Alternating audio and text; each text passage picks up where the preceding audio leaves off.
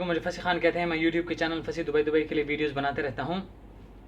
आप लोगों का बहुत अच्छा फीडबैक था जो मेरे पिछले 2-3 वीडियोस मैंने अपलोड की जो पाकिस्तान से हैं, और फिर मैंने ट्रैवल किया 1-2 दिनों में, तो मुझे कुछ इन्फॉर्मेशन मिली related to medical fields, related to medical jobs. तो and that is a very very big thing to be discussed in this interview right now today's vlog.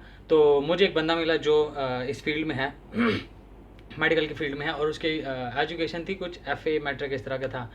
तो उससे मुझे कुछ जानने को मिला। तो और फिर मैंने उन चीज़ों को कंपेयर किया जो UAE में या जो दुबई में या जो गल्फ़ में होता है, जिनकी जॉब्स हैं। तो डॉक्टर्स की जॉब्स तो सबको पता है कि डॉक्टर्स की जॉब्स हैं, और any kind of doctor is a doctor, उसको किसी भी टाइप की जॉब मिल सकती। आई वुड स्पेसिफिकली मेंशन जो फिजियोथेरापिस्ट होते हैं उनकी specifically, I don't know about India, but specifically in Pakistan उनकी इतनी वर्थ नहीं होती। उनको इतना अच्छा डॉक्टर और doctor in fact in that way consider भी नहीं किया जाता। पर उनकी starting salary is 10,000 dirham in UAE। I am repeating 10,000 dirham starting salary in UAE, अगर आपकी कोई प्रैक्टिस नहीं है फिजियोथेरापिस्ट की। तो उसके बाद आ जाते हैं लैब टेक्नीशियन के बहुत ज़्यादा क्वेश्चंस किए गए, रिपीटेडली काफ़ी क्वेश्चंस किए गए। मैं कल एक बंदे से बात की UAE में, ठीक है, और जो मैंने ड्यूरिंग ट्रैवल एक बंदे से कुछ मटेरियल लिया, तो उसके बेस पे आप लोगों के लिए एक बहुत गुड न्यूज़ है, specially for those people who are in the age of 20 to 30, 20 years to 30 years, और उनकी एजुकेशन अच्छी नहीं है। अच्छी नहीं मीन्स इन टर्म, अगर उन्होंने ओनली 10 ग्रेड्स किया हुआ है, मैट्रिक पास हैं, या FA इंटरमीडिएट किया हुआ है, 12 ग्रेड्स पास हैं, तो उनके लिए एक गुड न्यूज़ ये है कि आप डिप्लोमा कर सकते हैं लैब टेक्नीशियन का, रेडियोग्राफर का, और ऑपरेशन थिएटर असिस्टेंट का कर सकते हैं, ठीक है। और एक कोई इंस्पेक्टर टाइप का भी कुछ इनका डिप्लोमा होता है। तो ये अब आप लोगों को पता है जिन्होंने करना है, और थोड़ा सा इसको गूगल कर लें। मैंने हाल तो गूगल नहीं किया इन चीज़ों को। तो इसमें एडवांटेज क्या है, वो अगर आप गवर्नमेंट इंस्टीट्यूट से करते हैं पाकिस्तान में, इंडियन रुपीज़ में भी इससे भी कम हो, तो वो 10,000 का आपका 2 ईयर्स का एक्सपेंस है एजुकेशनल, और वो मैट्रिक के बाद आप कर सकते हैं। मैट्रिक के बाद भी कर सकते हैं, इंटर के बाद भी कर सकते हैं, ग्रेजुएशन के बाद भी कर सकते हैं। अब उसका फ़ायदा क्या अगर आपने किया, लेट्स से हम 1 by 1 डिस्कस करते हैं। आपने लैब टेक्नीशियन का कर लिया, लैब टेक्नीशियन का आपने डिप्लोमा कर लिया आफ्टर मैट्रिक, आपकी एज है 20 to 22 ईयर्स, आपने डिप्लोमा किया, नाउ आपकी एज है 23 और 24 ईयर्स। अब आपने यहाँ पे किसी भी प्राइवेट क्लिनिक में या गवर्नमेंट इंस्टीट्यूट में, गवर्नमेंट हॉस्पिटल में उसकी जॉब कर लेनी है। जब जॉब कर लेंगे आप, जब उसके बाद उस वहाँ आएंगे UAE या किसी भी गल्फ़ कंट्री में अगर जाएंगे, स्पेसिफिकली UAE और दुबई जब आप आएंगे, तो वहाँ पे लैब टेक्नीशियन ये लोग होते हैं जो ये यूरिन टेस्ट करते हैं, ये ब्लड टेस्ट करते हैं, NXYZ जो मेडिकल फील्ड के बंदे उनको पता है कि लैब टेक्नीशियंस की क्या कौन कौन सी जॉब रिस्पॉन्सिबिलिटीज़ होती हैं। तो इनकी जॉब्स एक तो बहुत पीसफुल जॉब है हॉस्पिटल की, और एक इनकी सैलरीज माशाल्लाह स्टार्टिंग सैलरी स्टार्ट होती हैं 3,500 से 5,000 की रेंज तक। ये डिपेंड करता है आप किस गवर्नमेंट हॉस्पिटल या प्राइवेट हॉस्पिटल्स के साथ काम कर रहे हैं। अगर आप गवर्नमेंट के साथ करें तो आप समझो आपकी लॉटरी लग गई है। 2 दिन की आपकी छुट्टी होती है, ईयरली आपकी तकरीबन 2 से 3 महीने की छुट्टी होती है, और पैकेजेस भी अच्छे होते हैं, फैमिली वीज़ा भी लग जाता है। तो ये लैब टेक्नीशियन का काम हो गया। इसी तरह से जो ऑपरेशन थिएटर असिस्टेंट है, जो OT असिस्टेंट होता है, उनका भी यही है, ठीक है। जो ऑपरेशन थिएटर जो ड्यूरिंग ऑपरेशन डॉक्टर को जो हेल्प आउट करता है। इनफैक्ट हम पाकिस्तान में जो डेवलपिंग कंट्रीज़ हैं उनमें तो ऑपरेशन थिएटर को ही, जो ऑपरेशन थिएटर असिस्टेंट है सॉरी, उसको ही डॉक्टर कंसिडर किया जाता है। बड़े बड़े इंस्टीट्यूट्स में भी इनको, और उनकी भी काफ़ी रिस्पेक्ट है। अगर आप ये करके इवन अगर आप अपनी कंट्रीज़ में भी करना चाहें तो इनकी अच्छी खासी सैलरीज होती हैं। रेडियोग्राफर जो ये एक्सरे और ये अल्ट्रासाउंड से रिलेटेड काम करता है। And the biggest thing is कि मेल नर्स और फीमेल नर्स भी। अब काफ़ी लोग पूछते हैं कि फ़ीमेल जॉब्स का भी क्या स्कोप है। जो हम जॉब्स को डिस्कस करते हैं, क्योंकि हमारे 95% जो फॉलोअर्स हैं, जो हमारे व्यूवर्स हैं, जो हमारी फैमिली के मेम्बर्स हैं फसी दुबई के, वो मेल है, तो हम इसलिए मेल की बात करते हैं। इनफैक्ट जितने भी जॉब्स हैं रिगार्डलेस ऑफ मेल और फीमेल, वो सब लाइक दोनों के लिए हैं। तो उसमें कोई क्लासिफिकेशन इन दैट सेंस नहीं है कि फ़ीमेल है तो उसके लिए नहीं है, ठीक है। इनफैक्ट 2-3 जॉब्स जिसमें लेबर से रिलेटेड और फिज़िकल एफर्ट से रिलेटेड कुछ कंटेंट है, उसमें फ़ीमेल का स्कोप कम होगा। अदरवाइज़ तो सेम है, कोई नहीं। जब मैं पहले जॉब करता था सन एंड सैंड के साथ, वहाँ पे हमारे साथ फीमेल्स भी 18-18 घंटे जॉब करती थी। मैं जब घर बताता तो मम्मी कहती ओहो बेटा 18-20 घंटे जॉब कर लेते हो, तो मैं कंसिडर करता था यार कि ज़्यादा हो रहा है। But on the other hand जब मैं नेपाली और फिलिपिनो फीमेल्स और लेडीज़ को देखता था, तो वो भी हमारे साथ करे, तो मैं कहता यार I am not doing something like very big और something out of the way के बहुत ही जुल्म हो रहा है। अच्छा, अब ये तो हो गया उनका जो मेडिकल फील्ड से रिलेटेड है। मेरे से कुछ क्वेश्चंस किए गए कि यार अगर जॉब मिलती है या जॉब नहीं मिलती तो क्या होता है। देखें, इट ऑल डिपेंड्स ऑन, मैंने अज़हर का भी जो व्लॉग देखा है 1-2 दिन पहले, उन्होंने बहुत अच्छी बात की कि आप में स्किल, टैलेंट और पोटेंशियल होना चाहिए, जॉब मिल जाती है। मैं भी 1 महीने के विज़िट पे आया था और अज़हर भी आया था, तो अज़हर अपनी स्टोरी खुद डिस्कस करेंगे, मैं अपनी स्टोरी शेयर कर लेता हूँ आज के व्लॉग में।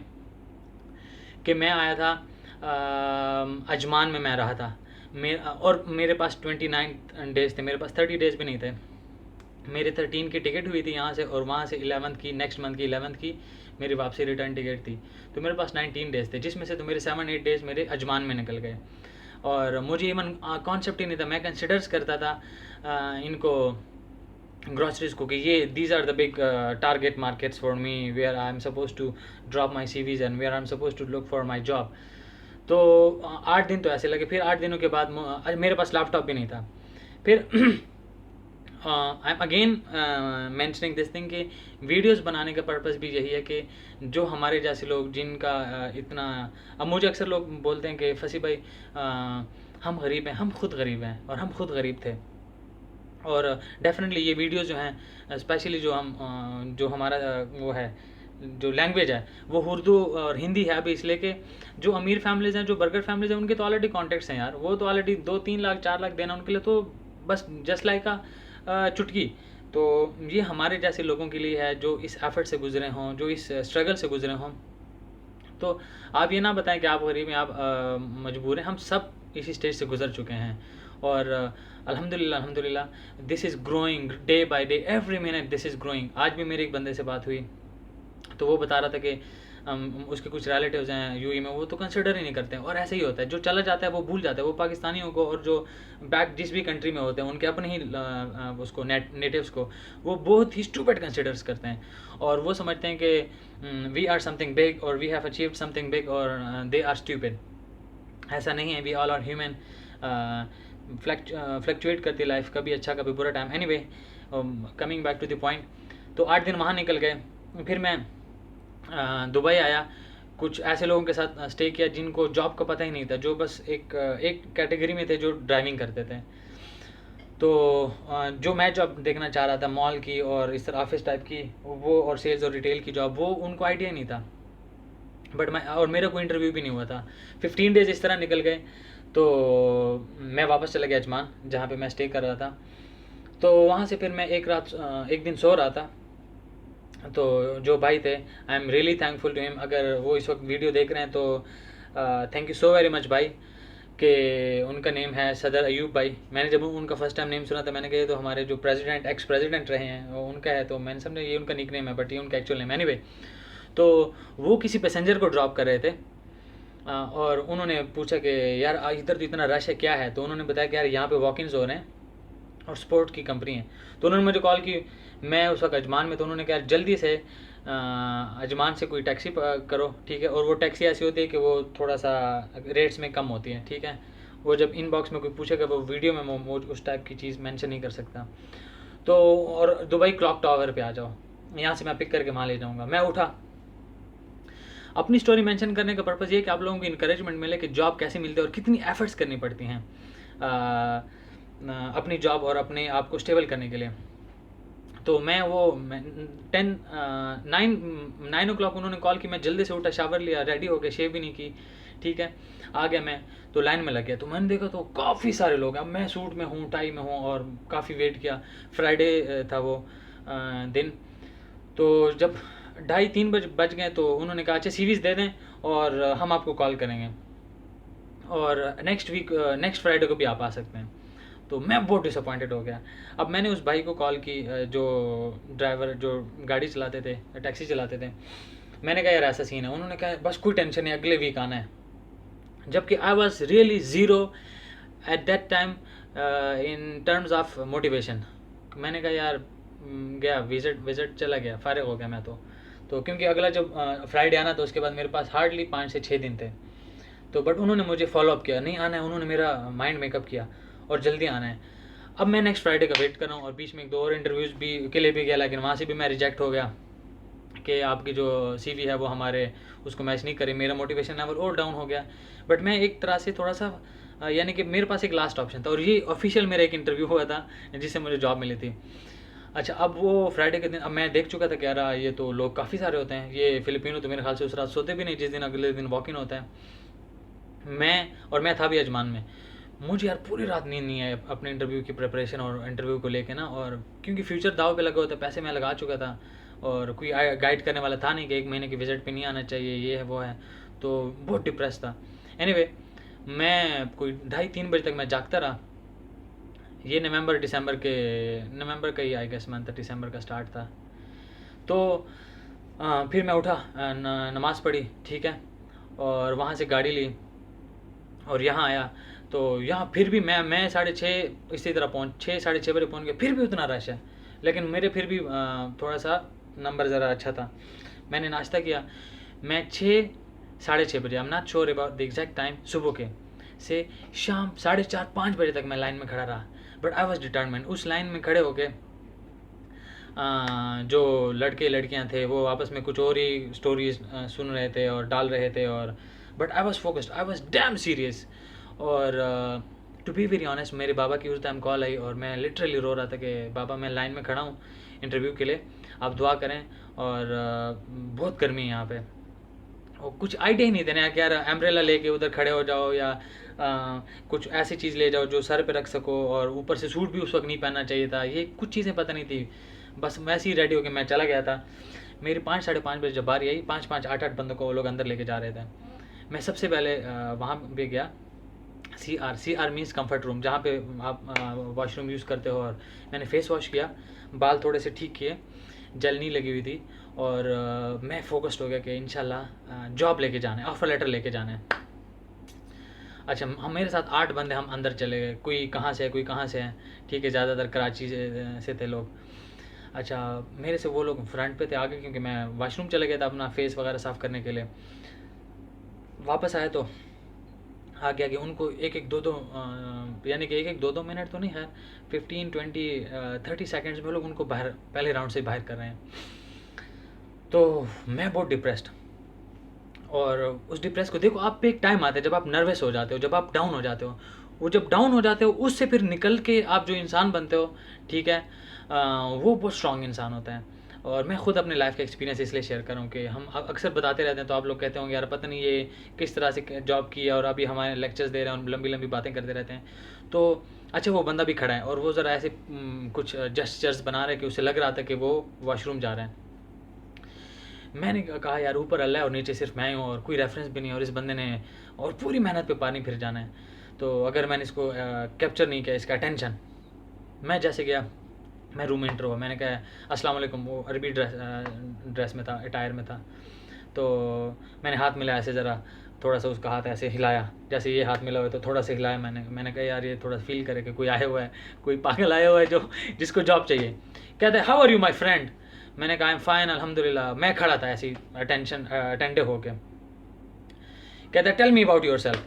मैंने कहा sir I have work with a big organisation in Pakistan, I have develop the business for that organisation, for that company, step wise with the growth of that company. And I started initially with the market level, and then I got the position of assistant manager, and I am a basket, क्योंकि sports company थी तो मुझे कुछ sports का भी mention करना था। and I have been a basketball player, apart from that I have been a basketball player as well in my university life, and I know much about basketball, and that's what I have about myself. तो मैं confuse भी था, मेरी जुबान भी थोड़ी अटक रही थी। तो उस बंदे ने अटेंशन ली जब बास्केटबॉल की बात की। कहते you haven't mention that in your CV. मैंने कहा सर इट इज़ देयर। उसने उसको सर्कल किया। फिर कहता है okay just tell me about your strength. मैंने कहा sir I am hard worker. कहता है एवरीवन इज़ हार्ड वर्कर। मैंने कहा sir I am initiative, I am self motivated person, I just need a platform where I can grow with the company, I can boost the business of the company, and I can get a good position for myself in future with that company. तो कहता है you mean I should refer you to the next round? तो मैंने हंसा, और मैं जब बात कर रहा था तो मैं हंस भी रहा था, आल्दो कि मेरी बहुत ही बुरी हालत थी। मैं बहुत कंफ्यूज था, बट मैं यही ट्राई कर रहा था कि this is the first and last option.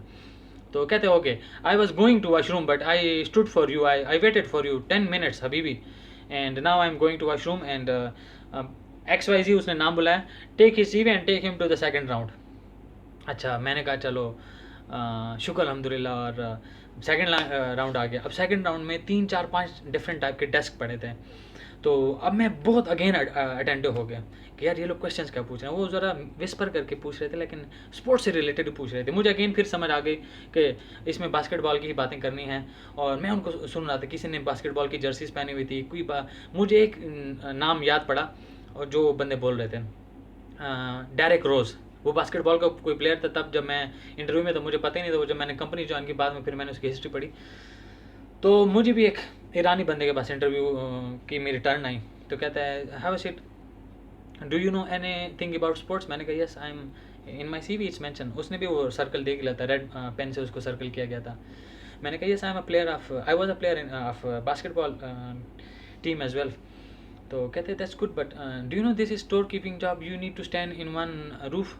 अच्छा, अब मेरा जो पॉइंट था, अल्हम्दुलिल्लाह माइंड जल्दी काम कर रहा था, अल्लाह ने नसीब में लिखी थी जॉब। मैंने कहा yes I have been in my franchise, in Ufone franchise, that duty was also indoor. I need to assist customers inside the room as well, and that duty was for more than 10 hours. Here you are asking me to stand for 9 hours, so this is achievable and this is doable for me. तो कहते क्या काम किया। मैंने कहा Ufone is a big company in Pakistan, I started with them on market level, on lower level, I develop their business, I develop. फिर मुझसे कहते हाउ डिड यू डेवलप, फिर मैंने कहा I made many customers, many retailers for them by convincing them, by telling them about my product, about the features of my product. And then फिर कहते हैं वहाँ से छोड़ के क्यों आए। मैंने कहा just because of the insecurity and uncertainty in Pakistan and in the market, I wanted to move to Dubai to have a good start with my further life in next coming years. तो बस ये 3 4 points थे, ठीक है। Company छोड़ने का भी उसने मेरे से पूछा why did you leave the company. मैंने वही मेंशन किया कि company was very good and there was a future as well with that company, but as I mention there were some uncertainties in that region, so I needed to move to another part and I prefer to come to Dubai. तो मुझे उसी वक्त उसने offer letter दे दिया।